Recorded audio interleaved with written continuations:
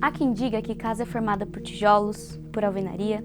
Há quem acredite que casa tem conceitos diferentes. E para você, o que casa representa?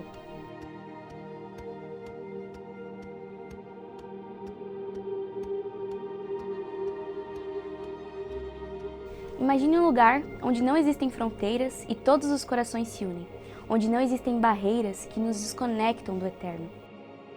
Esse é um exercício de fé que nos leva à primeira casa, a casa do Pai, que nos oferece o amor profundo.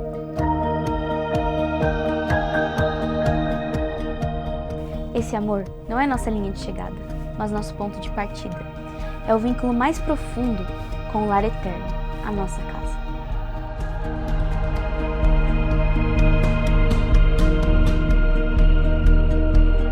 Nós, da comunidade Soul, te convidamos a um novo encontro, uma nova oportunidade de se reconectar com esse amor que Ele nos ofereceu quando morreu na cruz para nos salvar.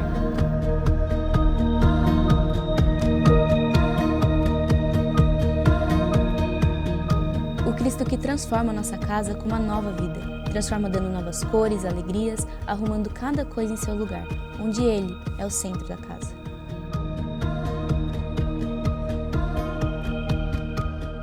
Seja bem-vindo à comunidade Soul. Aqui tem lugar na casa.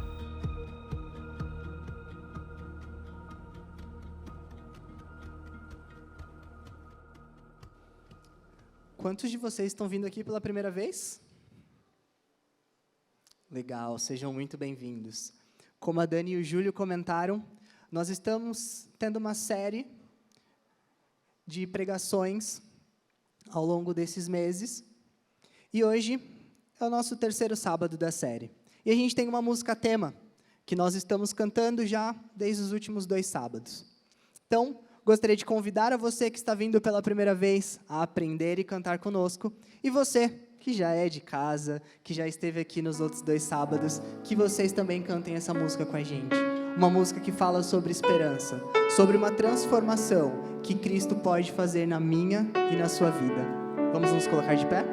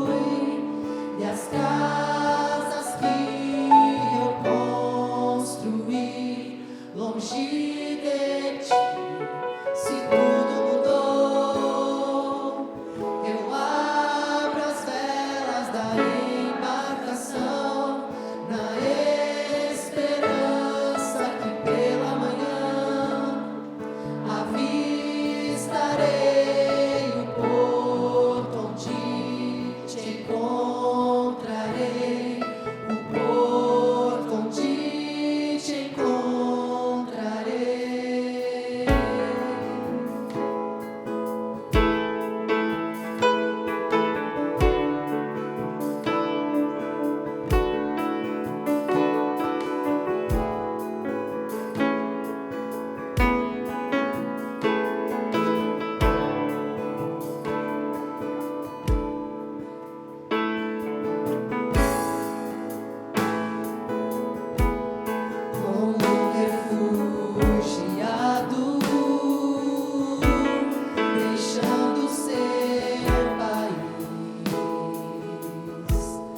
fugindo pela noite, sem conseguir dormir, confiando na promessa que o pranto toma a noite,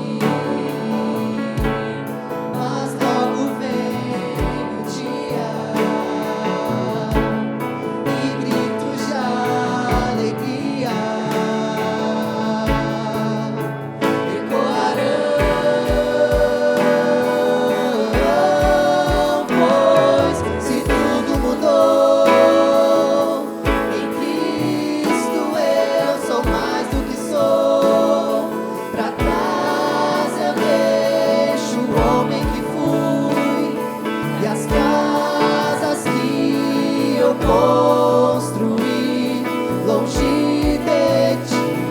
Se tudo mudou, eu abro as velas da embarcação, na esperança que pela manhã avistarei o porto onde te encontrarei, o porto onde te encontrarei. Se a chuva me alcançar e o barco terminar, que eu acorde em terra firme.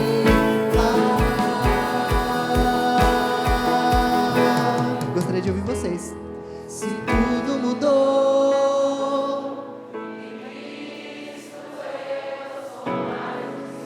pra trás eu deixo o homem que fui e as casas que eu construí longe de ti. Se tudo mudou, eu abro as velas da embarcação, na esperança que pela manhã avistarei o porto onde te encontrarei, o porto onde te encontrarei.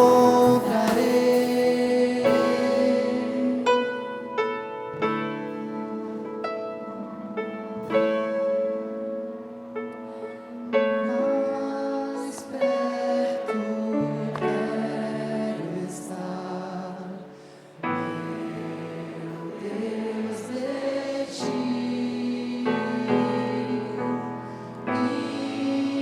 Ainda que seja dor, que eu na ti. És meu constante orar, mais perto quero estar, mais perto quero estar, meu Deus, de ti.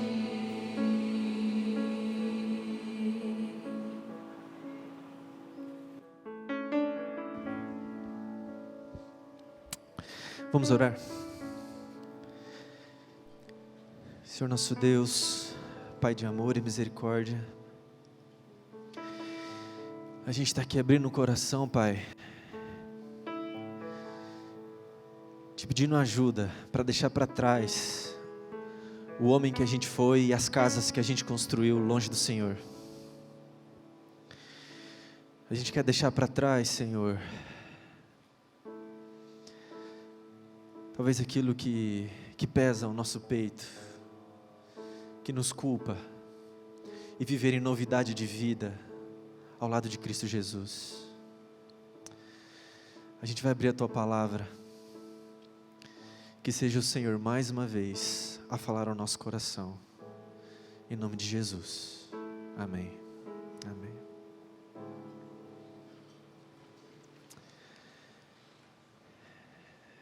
Que bom que você veio.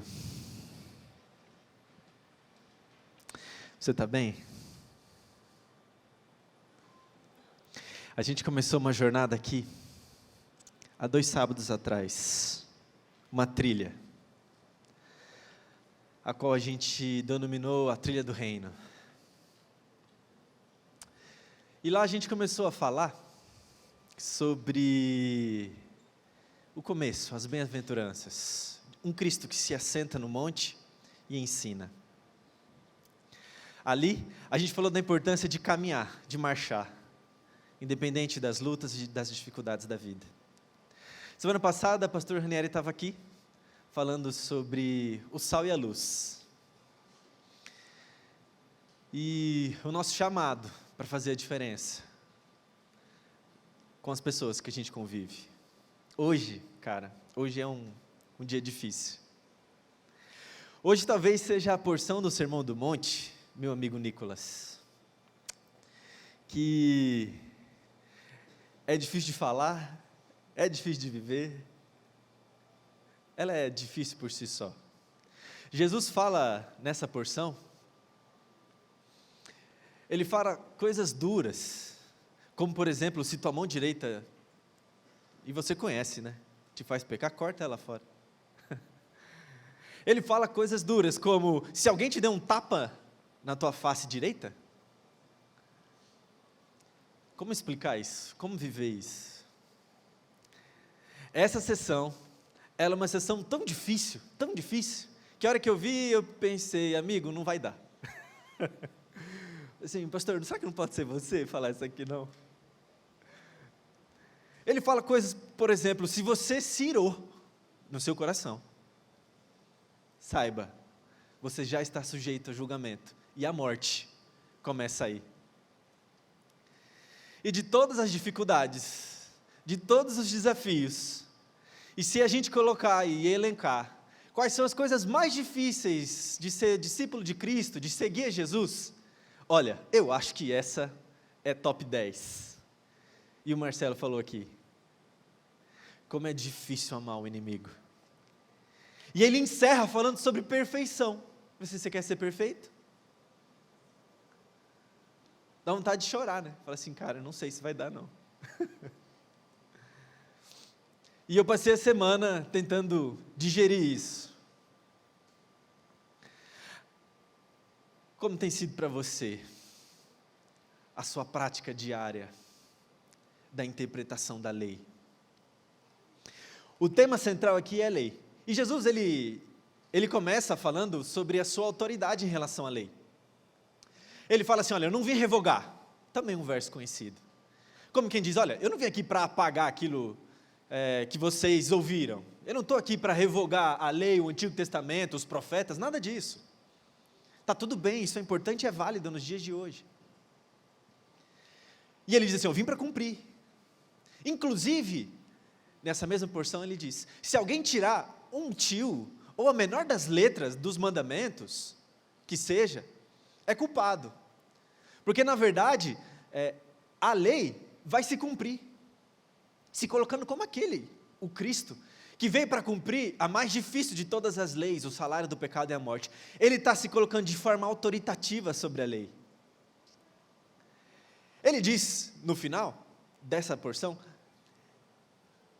que a lei, ela foi feita para ser ensinada, e aquele que tropeçar no menor dos mandamentos, de alguma forma responsável, por tropeçar em todos, porque a lei é um bloco único.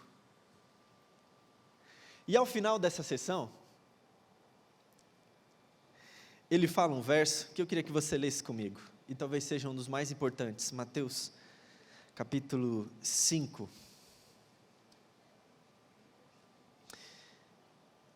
versinho 20, Mateus capítulo 5, versinho 20,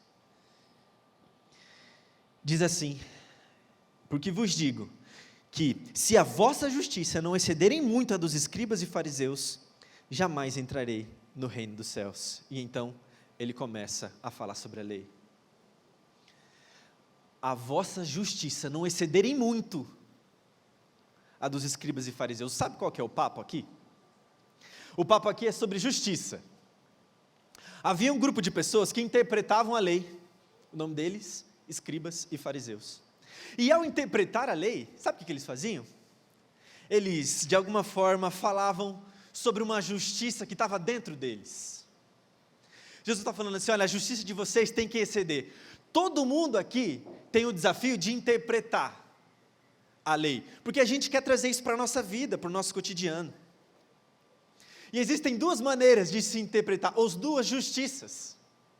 Existe um jeito de interpretar que é baseado na nossa justiça. A justiça dos escribas e fariseus. Uma justiça própria.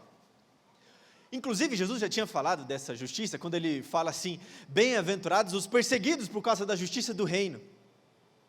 A justiça farisaica é uma justiça que persegue, que mata e oprime, em nome da lei. E a justiça do reino, ela é diferente. E eu queria conversar com você, nessa manhã, sobre, afinal de contas, o que é a justiça do reino de Deus. Nesse mesmo sermão ele diz assim, ó, buscai, pois, em primeiro lugar, o quê? E o quê? A justiça e o reino andam juntas. Não tem como buscar o reino de Deus, não tem como reconhecer que Cristo está entre nós, sem de alguma forma viver a justiça desse reino. O que Jesus está dizendo é que havia um grupo de pessoas que ensinavam, isso me pega, porque eles ensinavam a justiça errada, eles interpretavam os mandamentos baseados numa justiça própria, tanto que quando ele termina a sessão do Sermão do Monte, Mateus escreve assim no capítulo, ainda no capítulo 7, último verso, diz assim, verso 29, porque ele, Cristo, ensinava com quem tem autoridade, e não como os escribas e fariseus. Cristo é aquele que tem autoridade para ensinar da lei. Mateus está dizendo assim, a gente vai ter uma conversa difícil hoje, mas saiba que essa conversa difícil, sobre temas difíceis, ela é baseada num Cristo que tem autoridade para falar.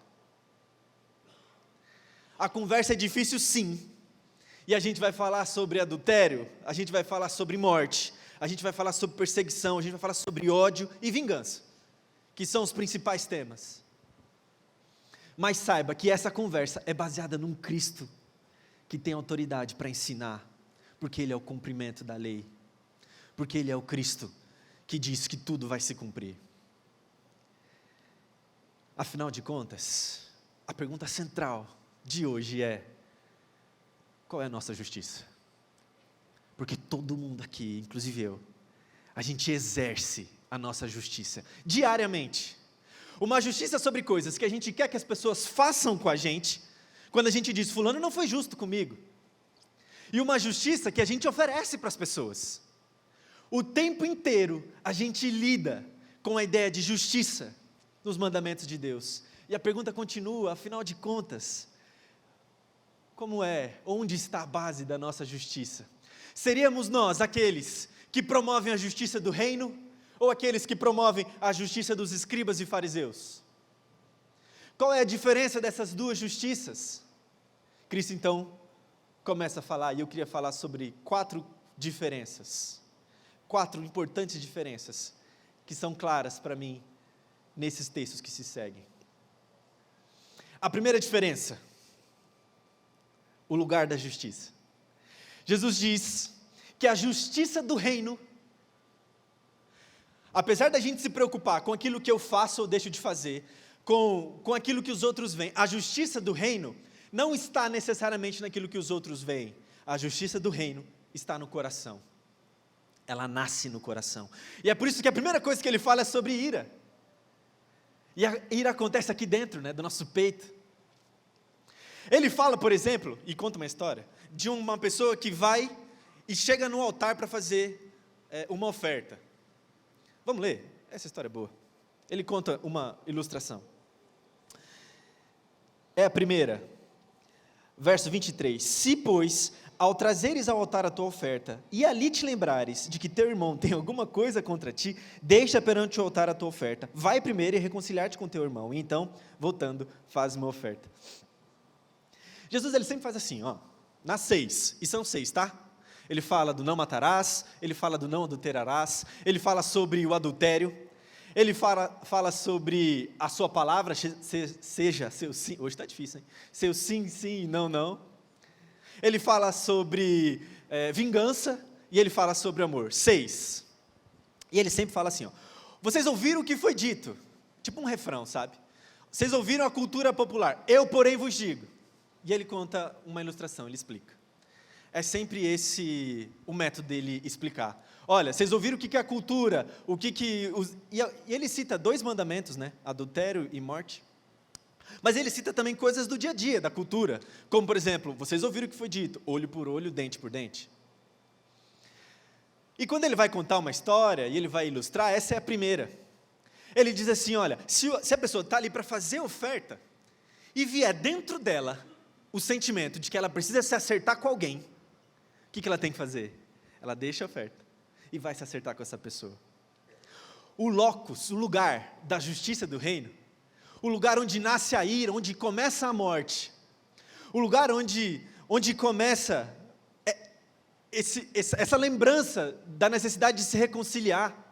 E quando ele fala sobre o adultério, também tem a ver sobre isso, né? Ele fala assim, olha, se no teu coração, quando você olhar para alguém, você desejar lá dentro, no mais profundo do seu coração, isso já é adultério. Ele está dizendo, bem-aventurados os limpos de coração. O exercício da lei, ela nasce dentro do nosso peito, no mais profundo da alma. Eu acho curioso quando Jesus fala sobre esse personagem que está ali no altar. Pensa comigo, o altar, geralmente é esse lugar onde a gente abre o coração para Deus, né? Aliás, o altar era o exercício de pedir perdão. Você trazia uma oferta no altar e você abria o seu coração e falava assim, Deus, desculpa, errei. O altar é o lugar onde a gente reconhece o nosso erro, que a gente abre o peito. Aí Jesus está dizendo assim, olha, antes de você abrir o seu coração para mim, quando você visitar esse teu coração, e se ele estiver impuro com alguém, você precisa ir lá e se reconciliar. Não é fácil, né? Tem um texto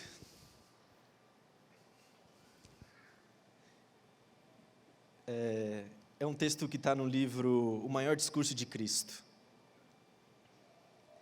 que fala um pouco sobre essa ideia do coração. A escritora Ellen White diz assim, uma religião de legalidade é insuficiente para pôr a alma em harmonia com Deus. A dura, rígida ortodoxia dos fariseus, destituída de contrição, destituída de coração, destituída de amor e de alma, era apenas uma pedra de tropeço, porque era uma religião sem coração. Eles eram como o sal que se torna insípido, pois sua influência não tinha poder algum para preservar o mundo. Eles não tinham influência de preservar, eles não eram sal e luz. A única fé verdadeira é aquela que opera por amor, para purificar a alma. É como o fermento que transforma o caráter. A única fé é aquela que opera por amor, é aquela que opera de coração. A única fé, a única espiritualidade, a única religiosidade, a única oferta no altar, ela faz sentido se ela for operada por um coração que ama. Por um coração que ama.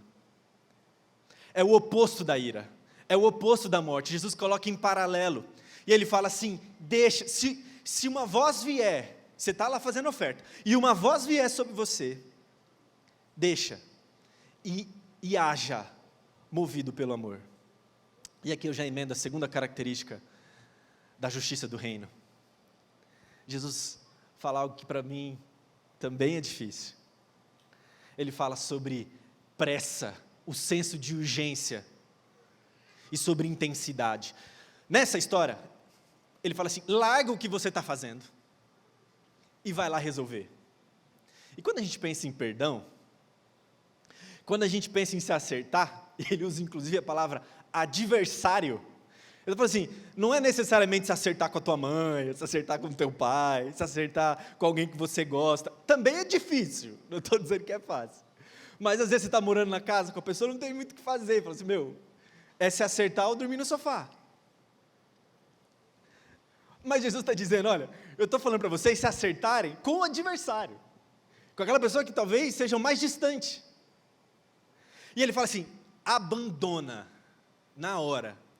E ele usa a expressão, vai rapidamente. A gente conhece histórias. E geralmente, quando a gente pensa em evangelho, na pressa do evangelho, existem coisas que Cristo, ele fala sobre calma, tranquilidade, e como caminhar em paz. Existem coisas que ele fala sobre a necessidade de resolver rápido. É assim que é. E quando o assunto é reconciliação, especificamente esse tema que eu estou falando aqui, de você se reconciliar com alguém, para este tema, ele pede pressa. Pressa. Não é fácil ter pressa. São muitas as histórias de corações e de lutas que a gente tem, talvez de 10, 20, 15, 30 anos, que a gente passa com alguma coisa dentro do peito.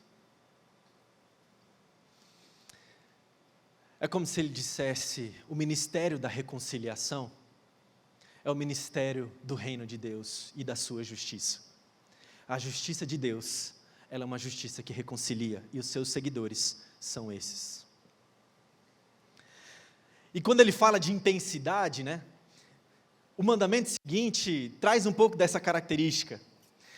Ele fala assim, olha, se tua mão direita te faz pecar, corte. E é óbvio que ele está falando de uma linguagem hiperbólica. Ele não está falando assim, você vai cortar a mão direita, até porque a mão esquerda vai continuar ali, É uma figura de linguagem. Ele está falando do olho direito, ele não está falando do olho direito, porque o olho esquerdo pode continuar. Aliás, ele fala do pecado acontecendo dentro do coração.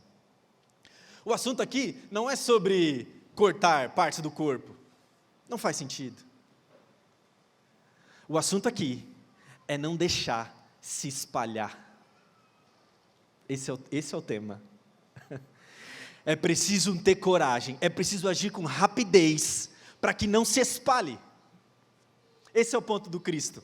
Você olhou, desejou, algo que não é teu, nasceu no teu coração, corta, não deixa se espalhar. Porque no final ele mesmo diz, isso pode contaminar o corpo inteiro, vai valer a pena você perder todo o resto?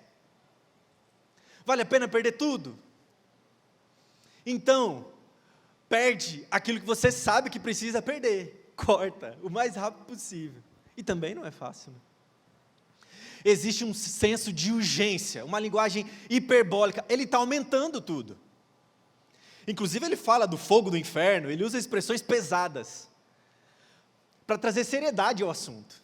E dizer, haja com pressa. Então, o primeiro, a justiça do reino nasce no coração. O segundo, a justiça do reino ela é urgente para reconciliar pessoas. Ela é urgente para perdoar.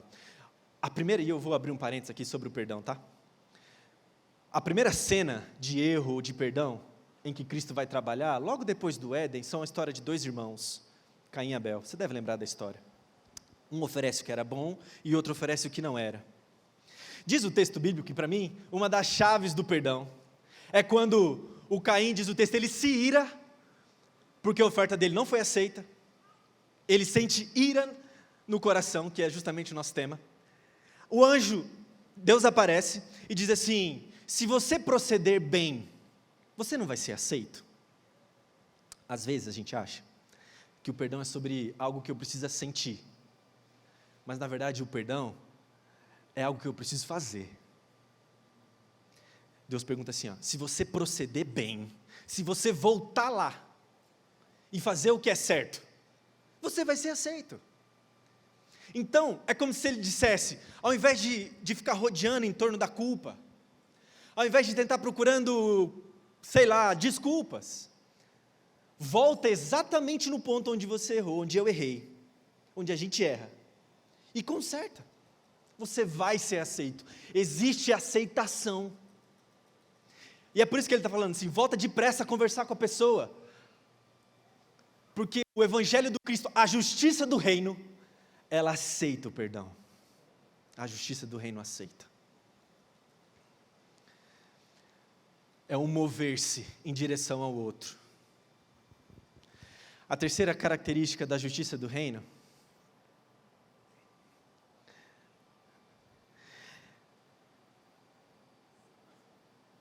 é uma justiça de um elemento que se repete aqui, e eu queria que você levasse isso no seu coração. É um jeito que eu tenho de encarar a vida, e os 10 mandamentos pode te ajudar. Tem um elemento que se repete em todos os refrões: ouvistes o que foi dito, eu porém vos digo. E o elemento que se repete em todos eles é o elemento da morte. A justiça farisaica, a justiça que não é a justiça do reino, ela promove a morte. Ela promove a morte dentro do coração na ira. Ela promove a morte quando ela chama alguém de tolo. Ela promove a morte quando ela decide não se reconciliar. Ela promove a morte quando ela alimenta desejos impuros dentro do coração. Ela promove a morte, e aí sobre o adultério, ele fala assim, sobre o homem que expulsa a mulher de casa, que era, na época, apenas um homem podia pedir divórcio, né? Aí o texto diz assim, que quando esse homem expulsa ela de casa, querendo divórcio, verso 31, né? Aquele que repudiar a tua mulher. Aí ele diz, qualquer que repudiar a sua mulher, a expõe a tornar adúltera.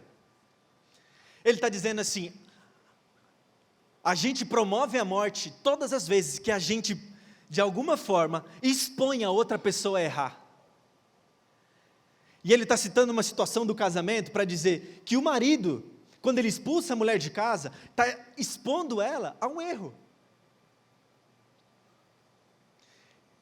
Quando na verdade era sobre proteção e cuidado e amor, o casamento tinha se tornado uma ferramenta de expor o outro. A promoção da morte, quando a pessoa usava o nome de Deus, e ele falou sobre os juramentos, para mentir. E por isso ele diz, seja seu sim, sim, não, não. A promoção da morte, quando vi no coração o sentimento ou o desejo de vingança. A promoção da morte quando o ódio para com o inimigo entra no nosso coração. A justiça do reino de Deus, ela necessariamente promove vida. Necessariamente promove vida. Eu não sei como você faz para guardar as palavras de Deus, para ouvir a voz de Deus. Eu não sei o que você faz. Mas seja lá qual for, qual seja a sua prática do dia a dia, ela precisa responder a seguinte pergunta: o que eu faço? As minhas obras, elas são para gerar vida ou para gerar morte? Eu gosto de pensar, quando Deus fala no deserto, Ele fala num lugar de morte, né? O deserto sem vida, em Êxodo no capítulo 20, no monte. E quando Deus fala ali naquela situação do deserto, eu gosto de pensar, por que Deus fala no deserto, né? Aliás, na criação, em Gênesis capítulo 1, quando Ele cria, diz o texto bíblico que a terra é sem forma e vazia, um lugar desértico. Deus é mestre em falar em lugares de deserto, ou de lugares sem vida. Porque quando Ele fala em um lugar sem vida, é como se Ele dissesse, a minha palavra, ou as minhas palavras, os meus ensinos aqui nesse monte, eles são capazes de gerar vida no coração, inclusive, se for um coração desértico. As minhas palavras, elas têm poder, e a tua experiência, a minha experiência espiritual, ela precisa ser baseada na palavra de Deus em nós, que necessariamente gera vida no outro. O que eu faço, ou o que eu deixo de fazer, gera vida. O que mais me aparece no quesito aconselhamento, são jovens, adolescentes, perguntando, pastor, pode ou não pode? E é cilada, né? Eu sempre penso assim, mano, para onde eu vou correr? Nicolas sabe. Porque existe uma sede de saber o que pode e o que não pode. Enquanto Cristo está falando assim, olha, o pode e o que não pode, vai estar dentro do teu coração, com as ferramentas que eu estou dando para você, para interpretar as leis, para viver na prática do seu dia a dia. E esse princípio, ele é um princípio importante. Por isso, ao decidir gere vida. Vida em você, promova a vida. Quando ele termina o discurso, Jesus diz assim,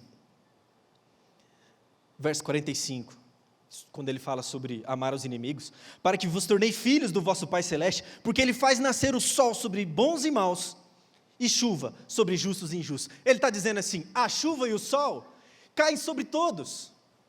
Eu promovo a vida através do sol, eu promovo a vida através da chuva, para quem merece e para quem não merece.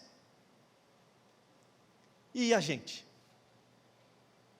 A gente promove a vida para todos? Para quem merece e para quem não merece? E eu acho pesado quando ele usa a expressão filhos. Ele diz assim, para ser filho, é preciso promover vida para quem merece e não merece. E aqui, o quarto e último ponto, eu estou caminhando para o fim.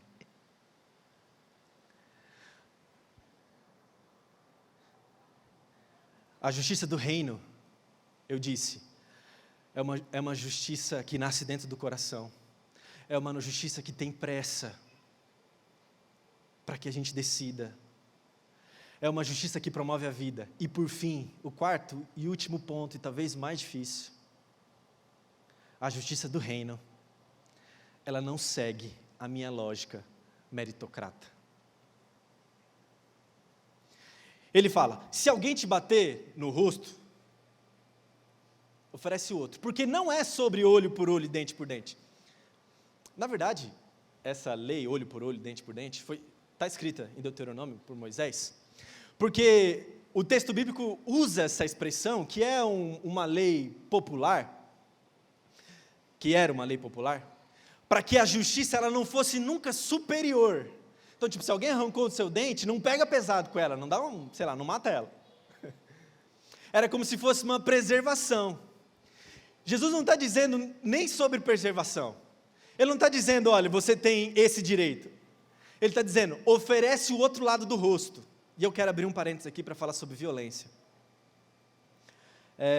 A violência, um dia dá um tapa na cara de Jesus. Que é justamente o que acontece quando ele fala sobre se alguém te bate, oferece o outro. O que Jesus faz quando batem nele? Você lembra? Alguém que lembra o que Jesus faz quando alguém bate nele? Ninguém lembra? Ele diz assim, por que você está me batendo? Curioso, né? Porque a justiça do reino, ele está dizendo, e é fácil de falar, uma justiça que tipo, você não é sobre devolver na mesma moeda, mas o outro lado também é verdade, não é sobre se calar, não é sobre dizer assim, beleza, está batendo? Continua batendo, vai. Não é sobre uma permissividade sobre a violência humana, ele não está dizendo faz o que você quiser, ele está dizendo, olha, existe um meio do caminho quando alguém te oferecer violência, e o meio do caminho proposto por Cristo é um caminho de posicionamento. Ele se posiciona e diz assim, por que é que você está me batendo? Vamos conversar. O que foi que eu te fiz? Jesus pergunta. Ele expõe a ignorância do agressor. É como se fosse uma atitude não violenta de denúncia. Por que você me bate? Vamos conversar. Você já percebeu a falta de sentido disso que você está fazendo? Me bater, me agredir? Eu não te fiz nada. Existe um meio termo, que tem muito a ver talvez com um papel inclusive profético, e me lembra muito de Martin Luther King. Uma das frases dele que me marca, na caminhada que ele faz de Selma Montgomery, quando ele diz assim, o que acontece quando o homem se coloca em pé, então ele age, e diz, já basta, é o suficiente, chega de violência.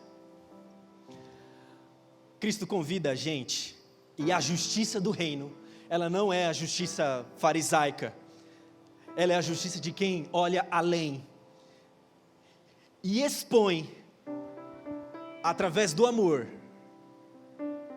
a ignorância de quem agride e de quem oprime. A condição que Jesus termina dizendo ao falar, olha, ame os seus inimigos. Ame aquele que te agride. A palavra perdão, talvez eu já tenha dito isso aqui, mas eu gosto de revisitar.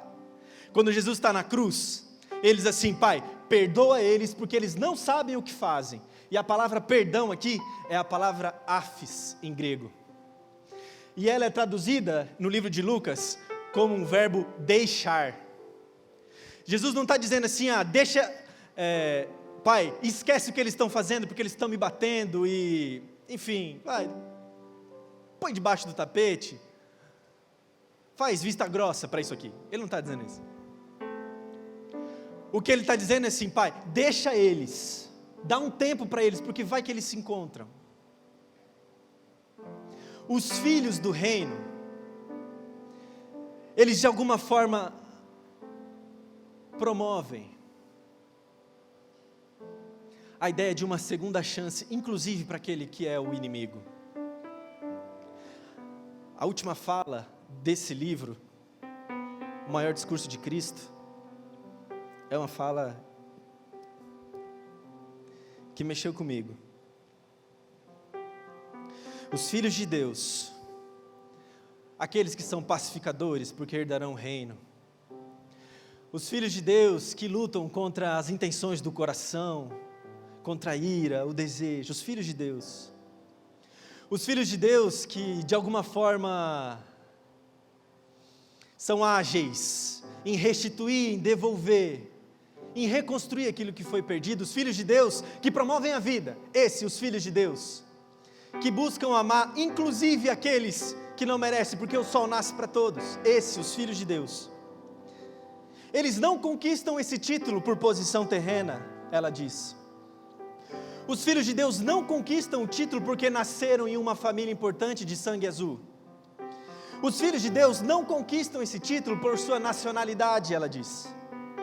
Eles também não conquistam o título de filho de Deus por seus privilégios religiosos.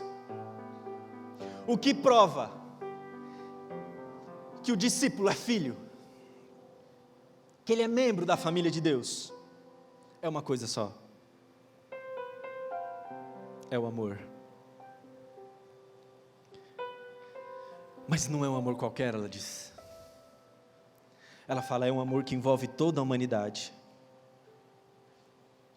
Mesmo aqueles que têm o pecado mais sujo dentro do coração, inclusive a violência, que agride, que oprime e que persegue,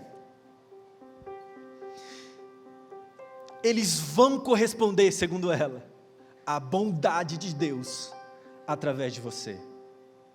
Eles vão corresponder à bondade de Deus através de você. Hoje, ela fala, eles devolvem ódio por ódio, mas um dia devolverão o amor por amor, porque você tomou a decisão mais radical de todas: amar. E não existe nada mais radical do que isso. E é isso que nos dá o título de filhos. Ser bondoso para com quem é ingrato e mau, fazer o bem sem esperar retribuição. Essa é a insígnia do céu, o sinal pelo qual o Pai chamará a gente de filhos do Altíssimo. Esse é o sinal. O sinal de quem escolheu se arriscar por amar demais. Escolheu reconciliar, ser puro de coração, ser bondoso por amar demais. O sinal de quem resolveu não expor a outra pessoa no casamento por amar demais. O sinal de quem, de alguma forma, decidiu não devolver na mesma moeda por amar demais. Não é sobre dar ou devolver o tapa, mas sobre visitar a ignorância de quem nos agride. O sinal de quem entendeu que se Deus é aquele que faz nascer o sol e a chuva sobre todos, quem sou eu para usar da minha justiça? A gente começou falando de justiça. Minha oração é que a gente viva a justiça do reino. Buscai, pois, em primeiro lugar o reino de Deus e a sua justiça, e o resto vai ser acrescentado. Lembre-se da justiça de Deus. Busque em primeiro lugar a justiça de Deus. E saiba, a sua graça tem poder suficiente para transformar a gente a tal ponto de viver por amor. A maior e mais radical de todas as decisões. Eu vou repetir, a graça de Deus, o seu poder, a pessoa de Cristo Jesus, tem poder suficiente para fazer a gente viver a decisão mais difícil que eu queria convidar você a tomar nessa manhã, e mais radical, viver por amor, e que o amor transforme, a começar em nós, o mundo ao nosso redor. A gente vai cantar, e a gente vai orar. A gente vai cantar a música da semana, da série. É isso, a gente está aprendendo a música. Aproveita essa oportunidade para falar sobre esse lugar de sermos miseráveis. A primeira frase da música. Aproveita a oportunidade para abrir o coração a Deus. Fique em pé e vamos juntos falar com Ele mais uma vez.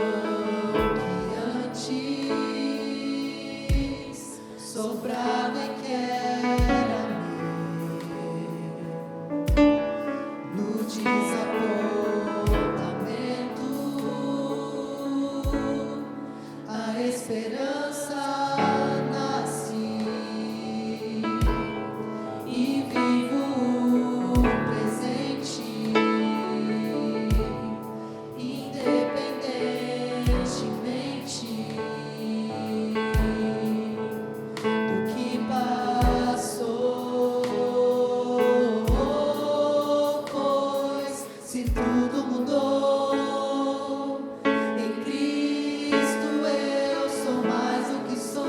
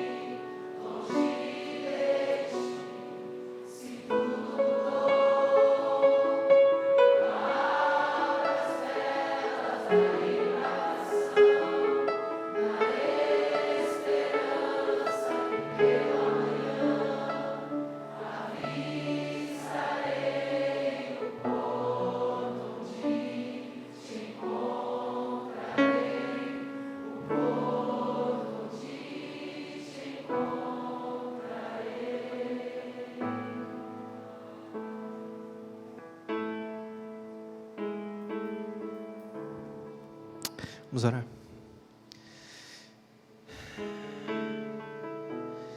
Pai,